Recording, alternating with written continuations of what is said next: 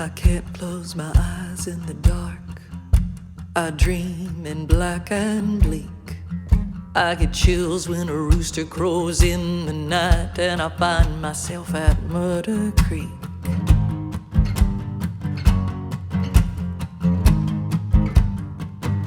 I wade through the water to that fallen tree that's been down since the storm in July. I sit until the dark begins to fade, and I'm staring at a bloodstained sky. That old feral cat sits on the bank, his big eyes glowing bright. He watches me like he did before, like he watched from the woods that night. I get this feeling he's not the only one hiding out there in the trees. And I run from the cold, muddy water like I'm running from a swarm of bees. There are stories that should be forgotten. There are sorrows too terrible to speak. But as hard as I try, I can never forget what happened at Murder Creek.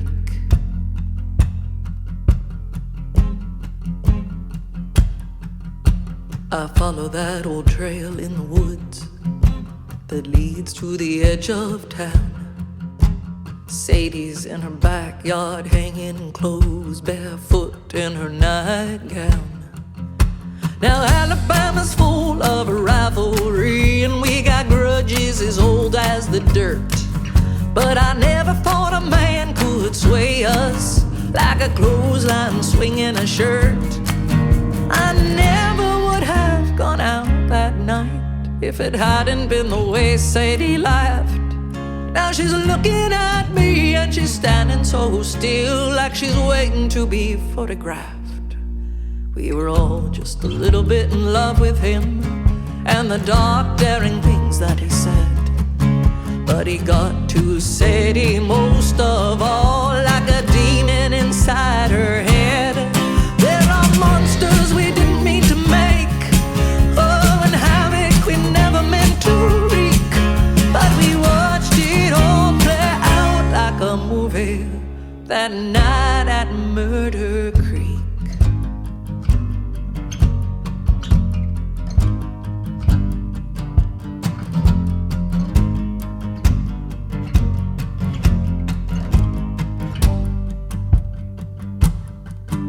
Sometimes you're forced to do things some people just wouldn't understand.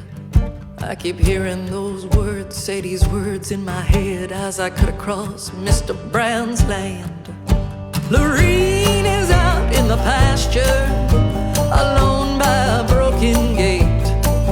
There's a green broke filly on the other side, just whinnying and shifting its weight. I remember her in the water that night, like a dam against the flood. Hair streamed down across her face and mud stained her dress like blood.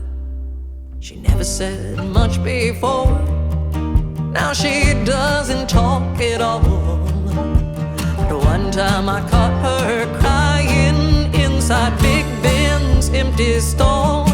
There are secrets that come with secrets, and mysteries that play hide and seek. Now I can never understand or explain what happened at Murder Creek.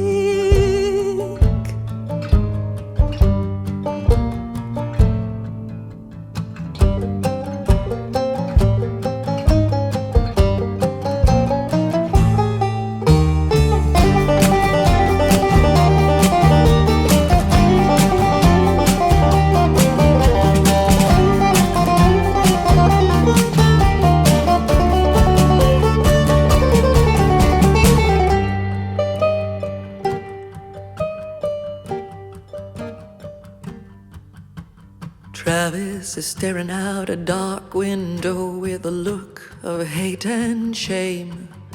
I wonder if that look is for someone, or if he even knows who to blame.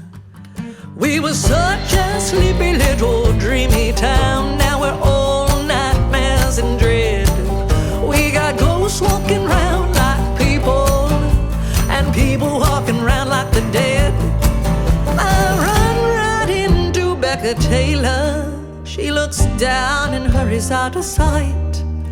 She smelled of what she'd been baking, just like she did that night. Danny is sitting on the front porch, probably waiting for their worthless son, who bathes in a river of whiskey each night, trying to wash away the things we've done. But there are nightmares you can't undream, and words you can't unspeak, things you saw you can never unsee, like what happened at Murder Creek.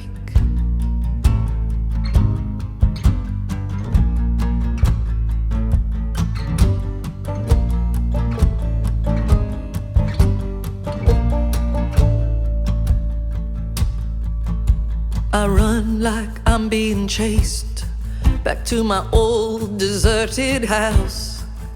When I notice the back door is open, oh, my heart is beating out of my blouse.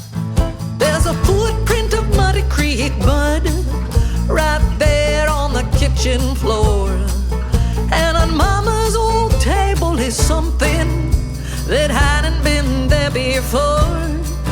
In this land of iron and steel, there are three types of flesh and bone: those that lead, those that follow, and those who wanna be left alone. I've lived my whole life free, but I'm losing my lucky streak, and I'm thinking soon the whole world will know what happened at Murder Creek. There are monsters in the dark now, there are futures we can never seek, and a night in the past that keeps rushing forward like the waters of Murder